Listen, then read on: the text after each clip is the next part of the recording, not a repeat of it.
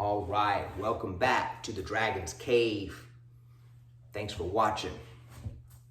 So as you can see, everything's coming along good in the new training space. I've opened up a new room in my residence for a private studio. So this dummy is the one I refurbished that was in the garage. Almost unrecognizable. Same dummy, sanded, primed, painted. Now, there's different kinds of dummies. This is the one I've modeled. This is called the Raptor 23 Soldier Model, 2023 Soldier Model, right? In the future, I may be turning out more of these for sale, but for now, I'm just gonna work on the instruction. So if you have a dummy or you're building a dummy, you can tweak it any way you want. So I'll break down the nature of this dummy. So I'm gonna bring this camera down so you can see the extended leg here. Now you have to be really careful with this because most Wing Chun dummies, the leg usually looks more like that. See, classical, traditional, most Wing Chun legs are like this. This is easier so you can humor around it relatively easy, right? Now, with the extended leg, this brings a challenge because now from the beginning, right from the start, you're at a disadvantage because his single leg is between your legs, and this is bad if you're doing Wing Chun. So you want to get outside as quick as you can. Now the problem here is trying to disengage this leg and get around you. If you're used to that short leg, you won't pull as far and kablam. I've seen it happen. That's why we want all of our weight on the back leg so we can move this to change position. So we want to have a nice, easy, smooth hewn inside, see? Driving in. Now remember, we want to get underneath our opponent in Wing Chun. We want to be underneath, driving, blast out energy. Now that rattle is a little muffled because there's paint still setting inside. It's dry enough to play, it's just not quite there yet.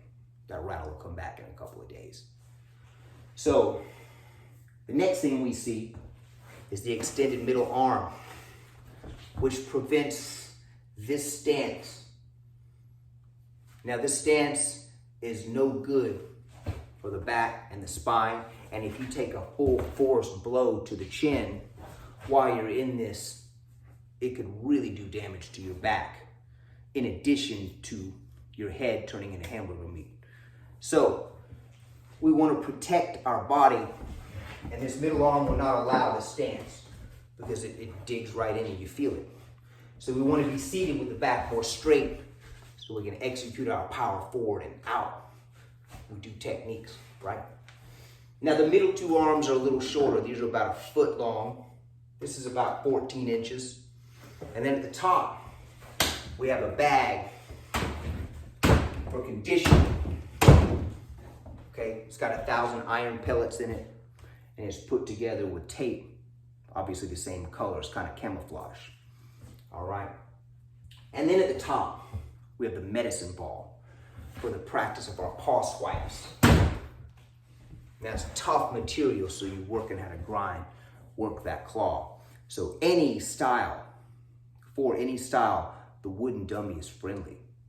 Jiu-jitsu or wrestling, you can practice your pummeling all day. Those underhooks, getting under your opponent, takedowns, all kinds of stuff.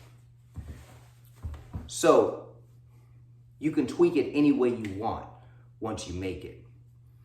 Now there's a lot of ways to make a dummy. You can Google it, or you can just kind of play it by ear. So what happens when you understand so much on the dummy is that your energy cycles through the different elements. Here's what I mean. So if I want to do water element on the dummy, it's going to be dense with muffled recoil, but heavy muffled recoil, right? Blood power. The snake works with blood. The snake teaches about blood, and the snake attacks the blood in the body. Jing, okay? So with snake, the energy would be very hard. So an example of snake you can practice with one arm on the dummy, looping over, down. Now we gotta go all the way up toward, down. As we come down, through, back.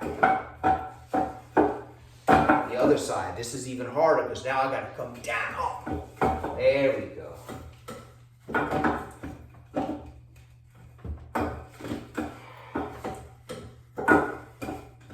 All right. See, so water constantly moving, fluidity. Whereas if I were doing that same type of energy, the frame of motion that I did here with leopard, it'd be fire. Pop. Something like this. See? Sticking. Pop. Fire. Combustion. Speed, right? Pop. So we can cycle the energies through into the techniques. Tanda with crane will be creating wind. It'd be a piece of paper hanging, practicing seeing how far you can move the paper with the wind. Cutting wind in the air, right? Wind power, crane teaches wind. Breath, lightness. This is crane. Patience, balance. Now the crane also attacks the wind in the body. Each attacks what they teach. Tiger attacks the bone.